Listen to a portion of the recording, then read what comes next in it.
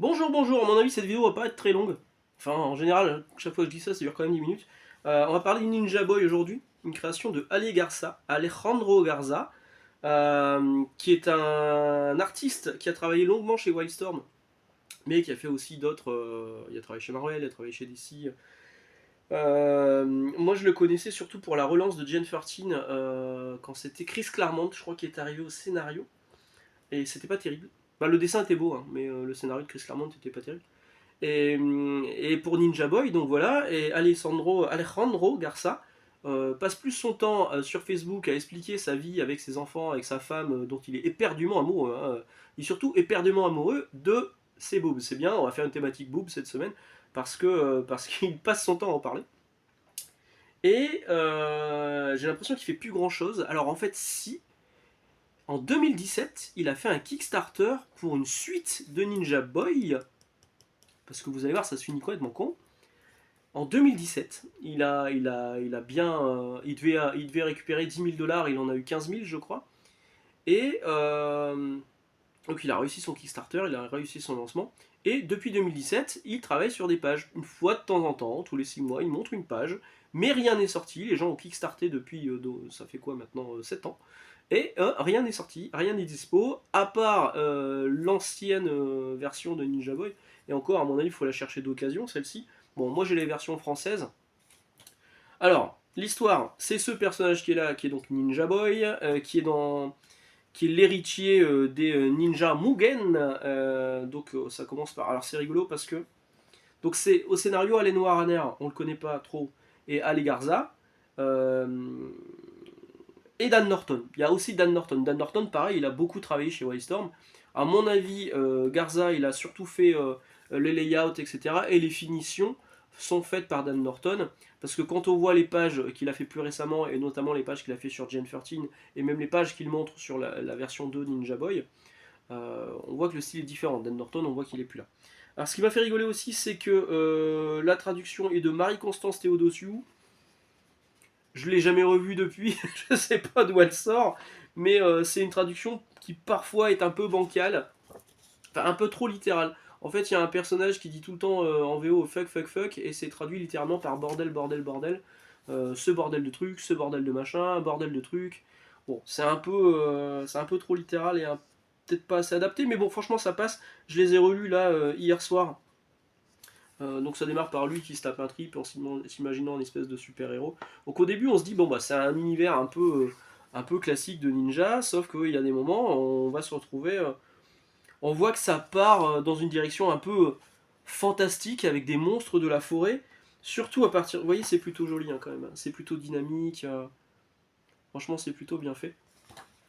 Donc surtout à partir du moment où il part s'infiltrer dans une ville et où il tombe sur une espèce de Popples, voilà, qui est là, une espèce de Popples, mais qui est constamment bourré. C'est lui qui est tout le temps bordel. Tout le temps bourré. Et il a une gourde magique qu'on lui file. Cette gourde, à chaque fois qu'on met de l'eau dedans, bah, ça se transforme en alcool de bonne qualité. Et donc il est tout le temps bourré. Il va gerber, il va être un peu chlasse. Bah, voilà. Donc il y a évidemment un grand méchant qui est là, qui va tuer les frangins de ce personnage. Putain, je l'ai lu hier, je me rappelle déjà plus du nom du mec. C'est quand même fou. Comment tu t'appelles toi déjà? Nakio, voilà, Nakio. Vous voyez, même les covers étaient plutôt sympas, je trouve. Cette cover d'ailleurs, c'est une simple cover. Normalement, c'est une double. Il y a deux images. Vous voyez, on voit un visage qui est coupé en deux et vous l'avez en poster à l'intérieur. Là, je peux pas vous le montrer parce qu'en fait, il y a un truc au milieu qui gâche un peu l'illustration. Il y avait un truc publicitaire qui était dedans. Donc voilà, le premier tome se termine. On voit bien que c'est écrit 1 sur 3. Bon, très bien. Donc moi, j'avais acheté. En fait, je crois que je l'avais pas acheté neuf quand c'est sorti, mais parce que c'était vendu 4,60€ pour le premier parce qu'il faisait 68 pages. Après, c'est du 3,90 ou 90. Je vous ai pas dit en quelle année c'était édité. Je crois que c'est 2001 ou 2002. 2001-2002. Il est bon ou il est pas bon? Voilà. Donc, les autres numéros étaient à 3,90€. Moi, je les ai trouvés d'occasion à 3€ pièce. Un jour, je les ai pris. Je les ai lus. Ça démarrait bien, hein. Et puis, ça partait en couille. Hop là. Donc, à un moment, ses frères étant morts, il va partir en quête initiatique. Il doit retrouver un espèce de maître ancestral qui est en fait une menthe religieuse géante qui bouffe des gens, machin, tout ça, et qui, sur la page suivante, va lui dire allez, maintenant, faut que tu ailles retrouver le dragon. Le dragon, on le verra jamais dans le récit, je vous rassure tout de suite. Hop, et il le téléporte, voilà, on passe tout de suite du coq à l'âne, pardon, j'aime bien cette expression, et il se retrouve, pouf, dans un autre village un peu chaud. Enfin, il y a une espèce de d'araignée, homme araignée, alors son nom est écrit comme si c'était une femme. Bon, quand on le voit, ou alors elle est franchement décharnée, quoi.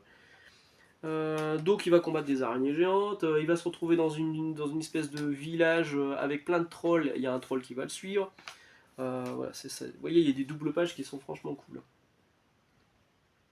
C'est joli, hein, mais c'est que joli. C'est que joli.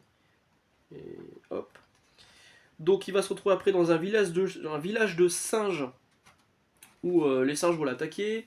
Il va être sauvé par une nana. La nana va se joindre à la petite équipe. Donc dans l'équipe, il y aura Nakio, il y aura un des trolls qu'il avait croisé dans l'espèce de village des trolls. Il y aura le Popples là, qui se balade, qu'on voit bien sur la seconde couverture là, qui est ici. Et il y aura la nana en plus qui sera là, mais qui vont pas rester longtemps, car dans le troisième tome, tout s'accélère. Il va se retrouver confronté avec les grands méchants qui sont là, et je vous le donne en mille, ils vont tous crever. Et oui, ils vont tous mourir. Ouais, ils combattent des singes. Ils vont tous mourir, et puis de façon atroce. Hein. Donc même si vous avez une certaine sympathie pour les personnages, même pour cette espèce de tortue géante qui les balade, hein. Donc vous voyez, la nana, elle est ici. Hein. La nana qui est un peu une protectrice de la forêt. Une forêt magique, évidemment. Et qui lui dit je vais t'aider parce qu'on ne s'est pas encore embrassé. Et oui, c'est un scénario qui est extrêmement bien travaillé. Et donc il va être confronté aux autres mecs. J'essaie de vous montrer un peu les morts des personnages principaux. C'est qui lui? Donc ça c'est l'espèce de petit troll qui le suivait. Et voilà, il va fondre. Littéralement il va fondre. Voilà. On vient de le rencontrer le mec. Hein.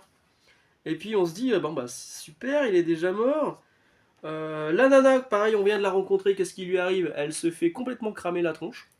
Voilà, bah tu l'embrasseras jamais mon pote. Et lui, il se fait défoncer. Voilà, qui est l'espèce de peluche qui est là pour le capital sympathie, hein, se fait littéralement défoncer par un mec avec un panier en osier sur le crâne, sur la tête. Donc vous voyez, il a pris quand même bien cher. Nakio, lui, va essayer de se défendre comme il peut. Pareil, il se fait littéralement défoncer par ce mec là, qui est même pas le Big Boss. Hein. Le Big Boss, on le voit une fois dans le premier tome et après on le reverra plus. Hein. On le jette dans la forêt parmi les ronces. Lui, il est peut-être pas mort.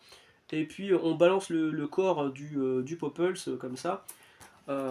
Et c'est terminé. Il n'y aura jamais de suite. Jusqu'à récemment en 2017 où une suite est annoncée, mais franchement, il s'est passé 15 ans entre la fin du volume 1 et l'annonce du volume 2. C'est débile. C'est débile. Et voilà, c'est dommage parce que moi je trouve ça franchement joli. Mais le scénario il est nul et à la fin tout le monde meurt alors qu'on sait ça a à peine avancé. Ça c'est à peine développé. Pourquoi ils sont morts? Pourquoi est-ce qu'ils vont revenir? Est-ce qu'il y aura vraiment une vengeance? On ne sait pas. Voilà. Ça n'a jamais été réédité depuis. Hein. Il y a des trades paperback qui existent en VO, ou alors vous pouvez essayer de trouver les 3 tomes qui forment l'intégralité du volume 1 d'occasion, parce que franchement, vous allez les trouver à pas cher, mais bon voilà, c'est un comics qui fait partie de l'histoire de Wildstorm et de Semic en France, hein, parce que 2002, on était pas loin de la fin de Semic, et c'est Thierry Mornay qui était encore chez Semic à cette époque-là. Mais c'est un comics qui n'a aucune finalité. Il y en a comme ça. Voilà, je vais vous laisser là. On va se retrouver dimanche pour le free talk comme d'habitude. Je vous souhaite une excellente journée, excellente lecture. Je vous ai dit que je ferai 10 minutes. Je fais 10 minutes. Ciao!